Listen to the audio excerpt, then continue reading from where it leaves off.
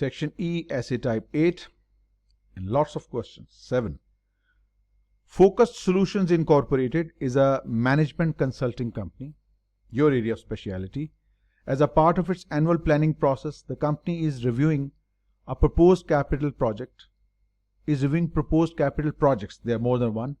Staff-generated investment projects proposals consistent with the company's strategic objectives.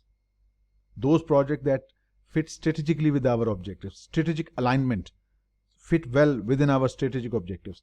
And the executive team has narrowed the proposal down to 2 proposed projects as described below. Proposal 1. The first project relates to operating a new office in either New York or Chicago. The company had purchased a building in Chicago several years ago for this purpose and have already partially rehabilitated the building.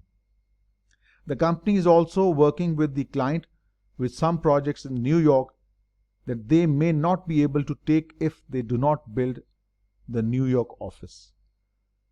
This is the first proposal. The company is also working with a client with some projects in the New York that may not be able to take if they do not build the New York office. Okay. Proposal 2. The other project includes a technology upgrade of the latest mini tablet computers for all consultants and an expansion of the headquarters in San Francisco. So these are the 2 proposals. One relates to some fixed assets investments in construction. Other relates to some technology upgrade of the latest mini tablet computers for all consultants and expansion of the headquarters in San Francisco. Fine. Information is a little hazy, but that's the idea. We just focus on the numbers and the other related information. The president selected proposal 2, upgradation of the latest mini tablets for consultants, as he believes that the consultants need to project a professional image and could continue to travel to both New York and Chicago. Upgradation of latest mini tablets computers that these consultants use, because a management consultancy company. So we need this latest technology to assist in our work. The CFO requested that the additional criteria be reviewed before the project selection was finalized. The CFO noted that there were several projects undertaken in the past that did not generate the expected cash flows or anticipated return on investment. So there were many projects we undertook, but they did not perform the way they should have. It means the post-audit was not conducted. That's why it's essential to conduct post-audit so that we can evaluate the original proposals, because initially the project managers will overstate the returns. They will paint a rosy picture, but when the project is underway and when it's completed, the returns are not as they were expected at the start of the project. So that's why post-audit is essential for future learning. He also wanted to ensure that the selected projects met the company's hurdle rate, the desired rate of return. The president agreed to post-audit. That's the point I said. The president agreed to post-audits on the project from the prior year and for additional capital budgeting analysis on each of the proposed projects. So it's not just you invested the money and for 10 years there was no control. After 10 years or maybe just close to the ending of the project, the company should conduct a post-audit to assess whether what we planned at the start, did we achieve? It is basically just like variance analysis, standard versus actual. It was just what we planned and what the actual results were at the end of the project. Okay, and the first question is, identify and describe 3 steps in the capital budgeting process. Identification, selection, and so on. These 5 steps you would have studied in your section E. Identify and describe 3 steps in the capital budgeting process. First of all, 2 proposals have been shortlisted. Selection and identification has been done. You need to go on to the next remaining steps. You don't need to give the conventional steps that we study in our theory. We have to focus on the given scenario. So here he has selected 2 proposals and we now need to narrow down and make the final selection. So the remaining steps in the capital budgeting that the executives should undertake include, there are 2 proposals already shortlisted. Estimate after-tax incremental operating cash flows for the investment projects for both.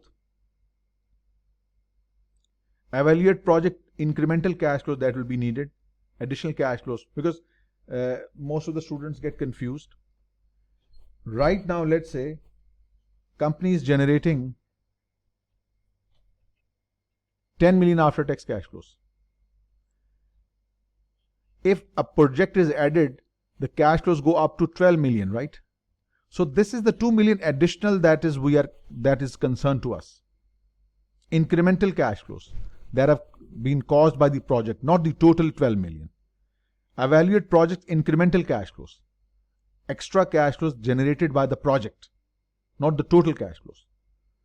Then third, selecting projects based on the value maximizing acceptance criteria. What's your NPV or IRR or payback, right? So incremental cash flows, selecting projects based on value maximizing acceptance criteria, whatever you have selected, it's entirely up to the company's discretion. Once done, secure projects financing. Once selected, we will invest in project A or proposal 1 or proposal 2.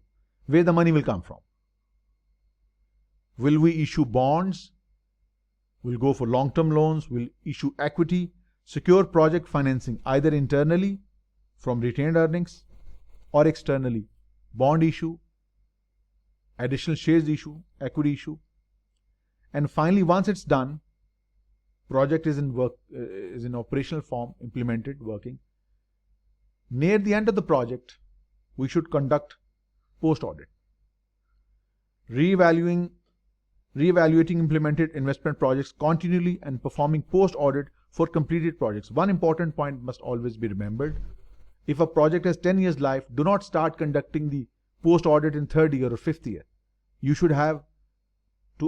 need to allow sufficient time before all the cash flows are known, right? So this is the last step. Conventionally, the regular step is starting selection, but because the selection has already been made, 2 projects have been shortlisted, we need to give the other steps that were needed. Identify and describe 3 steps, not just any 3 steps. From within the case study, we have to go for the other steps.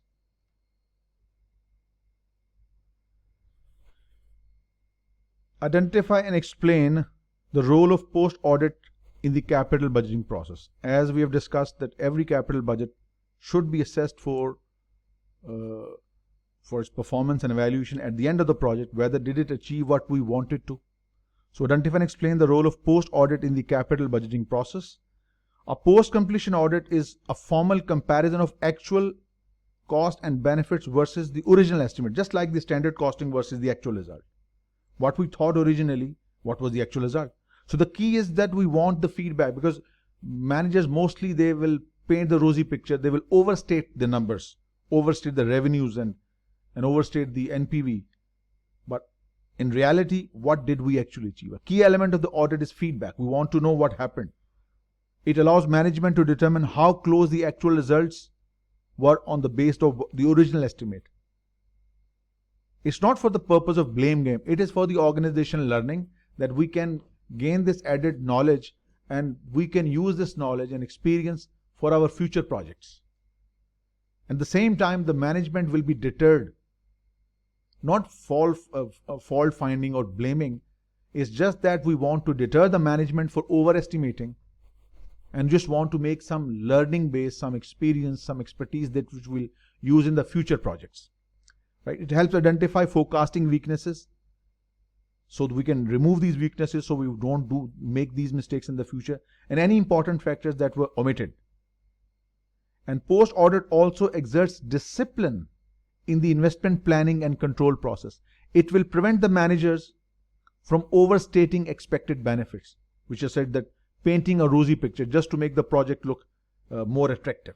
Sufficient, just I think he said, didn't give, just couple of, or 2 or 3 would be sufficient. Don't overthink, because you have 7 questions to answer and you have 2 essay types to do in 1 hour. So just, I believe, just to the point, just in the previous part, these look similar, 1 would be sufficient. So don't go into finer details. You just need to convince the examiner that we know. Define hurdle rate, sunk cost, opportunity cost. Just a couple of lines for all these would be sufficient. Hurdle rate is the minimum rate we need to as a return on our investment. We don't need to go how hurdle rate is calculated. Just what is hurdle rate? He didn't ask you to go for further explain what are the types of hurdle rates. So a defined hurdle rate, sunk cost and opportunity cost, explain how each is relevant to the capital budgeting. Define and tell how it's relevant. So hurdle rate is the minimum rate that is needed from any investment project. Given here is the minimum required rate of return on investment in a discounted cash flow analysis, the rate at which the project is acceptable. That is why it is needed in the project. The first line explains this till here is what is hurdle rate and why is it essential, relevant, because it will determine the acceptability of the project. Sunk cost, the cost that has already been paid, like research cost for a particular project, designing cost for a building that has been paid, already paid, gone. Sunk costs are the costs that are unrecoverable, past outlays, past payments that cannot be recovered, whether we take the project or not. So even they have been paid, they are accounting costs considered in your accounting system, but in project evaluation, these costs are ignored, irrelevant, because they have been paid. Okay? They should not be considered in our future decision or NPV calculations. Just like the building cost in Chicago, the amount has been spent in developing the building, constructing, the cost has already been paid. Opportunity cost could be considered, like for example, you have paid $2 million in construction of the building. This building could now be sold at 1.5 million. There is a case study similar to these numbers. So this 2 million is sunk cost. This 1 million which could be obtained by selling this building, this is the cost that we will consider in capital investment projects. There's case study coming. So opportunity costs are what is lost by not taking the next best alternative. Like we have a building which we can sell at 1.5 million right now. If we don't sell it now, we could use it for a particular purpose that will generate a certain cash flow every year. So this 1.5 million which we have sacrificed is considered as the cost of this project and will be shown as an outflow at the year 0. 1.5 million is the current disposal value of the building. Since we are not selling the building, we have used it for a certain, maybe we have started using it as a shopping mall. So this amount which we have sacrificed for the purpose of running this as a shopping mall, 1.5 million sacrifice, opportunity cost, will be considered as an outflow for this project. So opportunity cost is what is lost by not taking the next best investment alternative. We didn't sell this building, rather we used it to develop into a shopping mall. So what you've sacrificed is the opportunity cost. So the loss of New York could be an opportunity cost of going with a different option, the one that is given in the case study. What was that? Let's see, the New York one.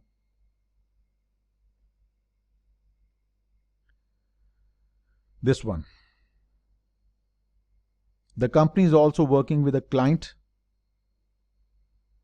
with some projects in New York that they may not be able to take if they do not build the New York office. So if they focus here, they will sacrifice the projects in New York. So what you sacrifice for a certain project, it is considered as an opportunity cost. Right, so moving on to question number 4.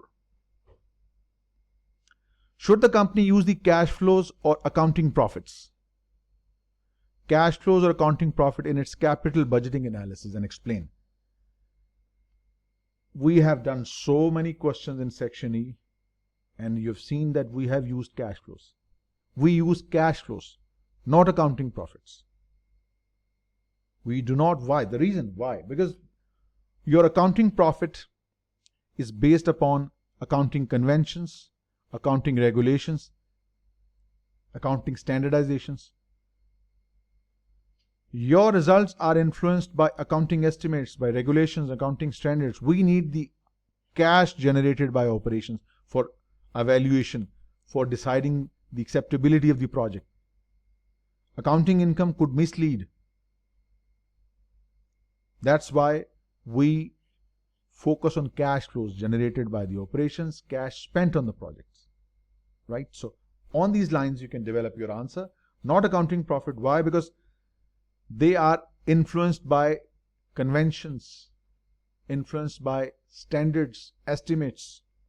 Cash, not accounting income, is central to all decisions of the firm. Benefits expected from a project should be expressed in terms of cash flows rather than income flows. Income includes certain expenses that are not paid in cash, like depreciation, amortization of bond discounts, amortization of intangibles, bad debts written off, etc. Loss on disposals, etc. So that's why accounting income isn't reliable for project evaluation. The firm invests cash now in hope of receiving even greater cash in the future, not income. That's why cash is being spent now. We expect cash in the future. That's why we base our evaluation on cash rather than accounting profits. Enough to give this answer. Should the company consider total amounts or incremental amount? That's we just discussed a little while earlier. Incremental costs and revenues are considered. Incremental costs and revenues are considered. Why? Because current revenue which you are receiving, you will continue to do so in the future. Current money you are spending, you will continue to do so in the future. For a particular project, it's the incremental costs and incremental revenues that are relevant.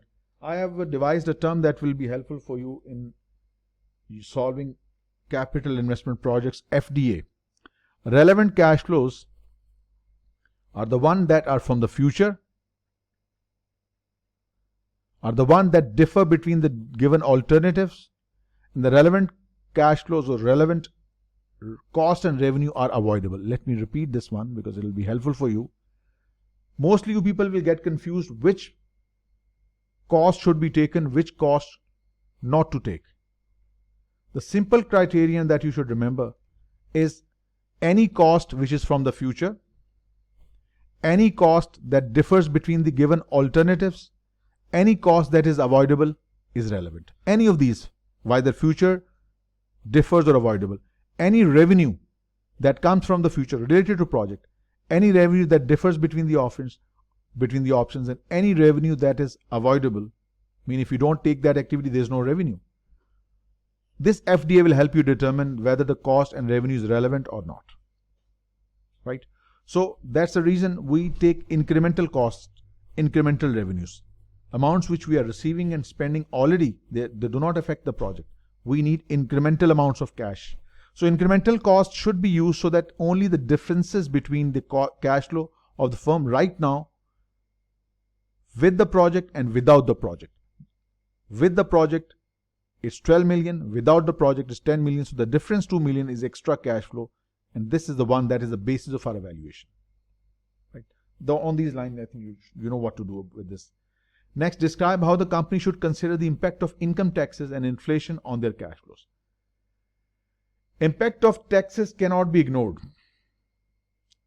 Your cash flows must be taken after tax basis. Your depreciation tax shield to adjust your cash flows is considered. Your returns are taken after tax basis. So specifically the question says how the company should consider the impact of income taxes and inflation. Every cash flow, if there is tax impact given 40%, 30%, every cash flow should be considered for tax impacts. Any disposal, gain on disposal, loss on disposal should be after tax. Any cash flow from revenues, expenses should be considered after tax. Right? Likewise, inflation means persistent increase in general price level. Your project extends way into the future, 10 years, 15 years, maybe up to 30 years. Inflation affects your project's revenues, your costs, your materials, labor. So inflation must be embedded in the computations. Taxes and inflation can't be ignored. They both affect. Taxes affect your cash inflows and outflows. You get benefit on expenses, tax benefit, and you get charges against incomes. Any income results in increase in tax payable. Any expense results in decrease in tax payable. So incomes and expenses are to be given after taxes from cash flow point of view.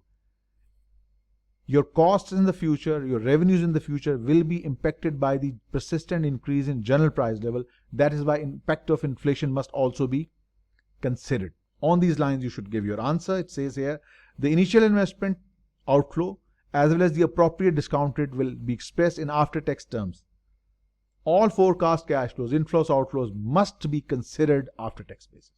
All forecast flows need to be stated on an equivalent after-tax basis. Disposals, incremental cash flows, every cash flow involving, if it has tax impact, must be given the tax impact.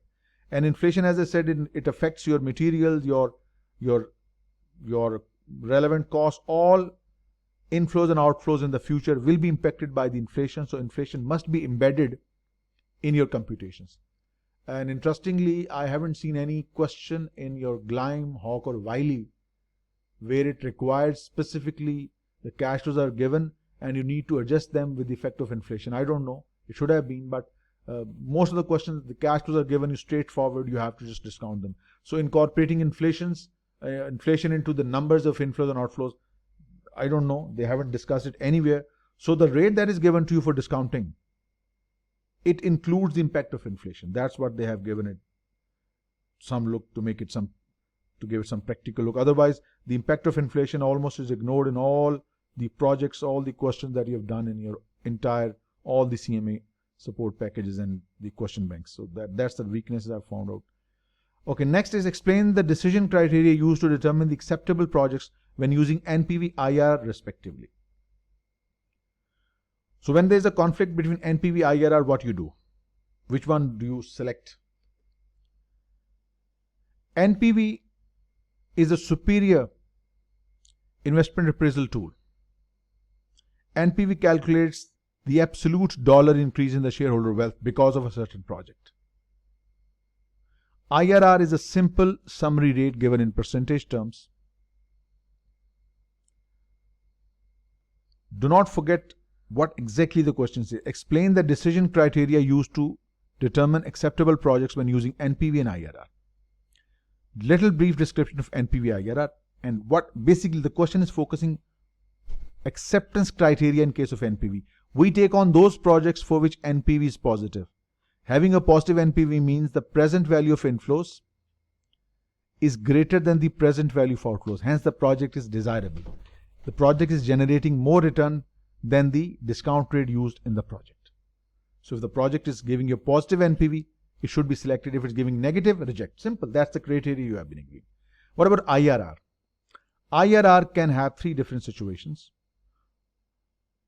IRR of the project could be greater than the discount rate. IRR could be less than the discount rate, and IRR could be equal to the discount rate used in your NPV calculations. If IRR is greater than discount rate, this would give an indication that NPV is positive. So whenever IRR is greater than discount rate, it means the project should be accepted because the project is generating more return than the desired rate of return. And conversely speaking, it means NPV in such a case would be positive. When the IRR is less than discount rate, it means the project is generating less return than the desired rate, the target rate. And in this case, conversely speaking, NPV would be negative. When the IRR of the project and discount rate, they're both equal, present value of inflows and outflows will be same. In this case, NPV is 0. So you can discuss these separately. NPV in this case, as I discussed here, and IRR versus discount rate just within this block. You can discuss around these points. So that ends your essay type number 8. Along the same lines, as you can see, IRR is greater than hurdle rate, less than hurdle rate, equal to rate, and all that. You know what to do. You have read enough text.